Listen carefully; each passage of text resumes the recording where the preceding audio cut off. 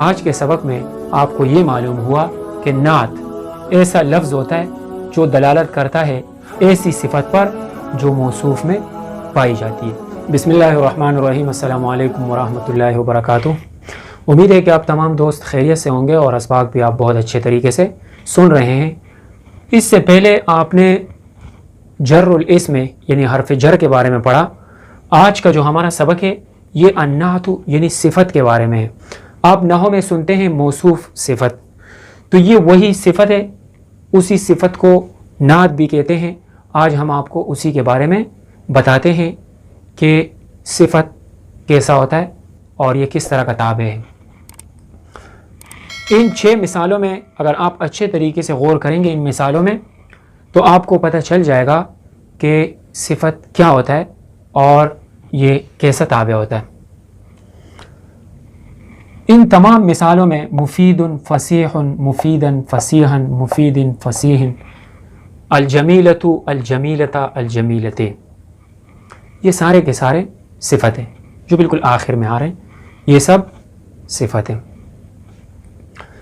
اچھا آپ ذرا اب غور کیجئے گا ہر مثال میں، ھذا کتاب مفید،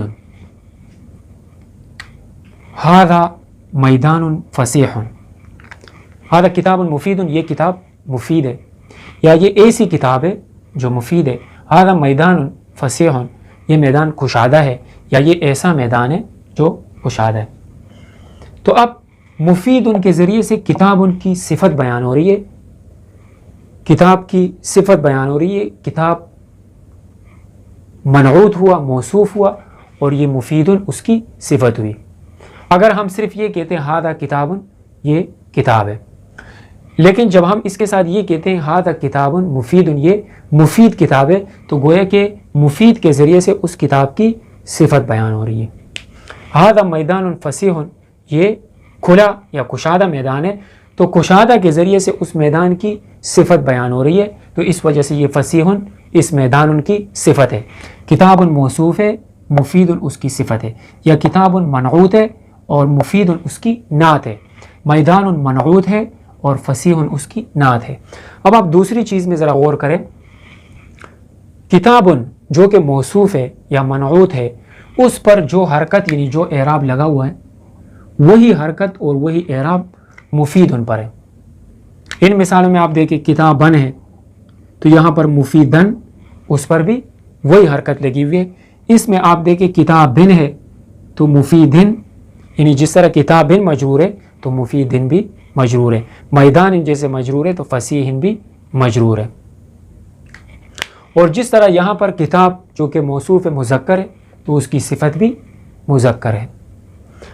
یہ باتیں آپ کو پتہ چلی تو آپ کو یہاں سے یہ چیز معلوم ہوئی کہ صفت موصوف کے تابع ہوتا ہے، مطلب اگر صفت مذکر ہوگی، مطلب اگر موصوف مرفوع ہوگا تو اس کی صفت بھی مرفوع ہوگی، اگر موصوف منصوب ہوگا تو اس کی صفت بھی منصوب ہوگی، اگر موصوف مجرور ہوگا تو اس کی صفت بھی مجرور ہوگی۔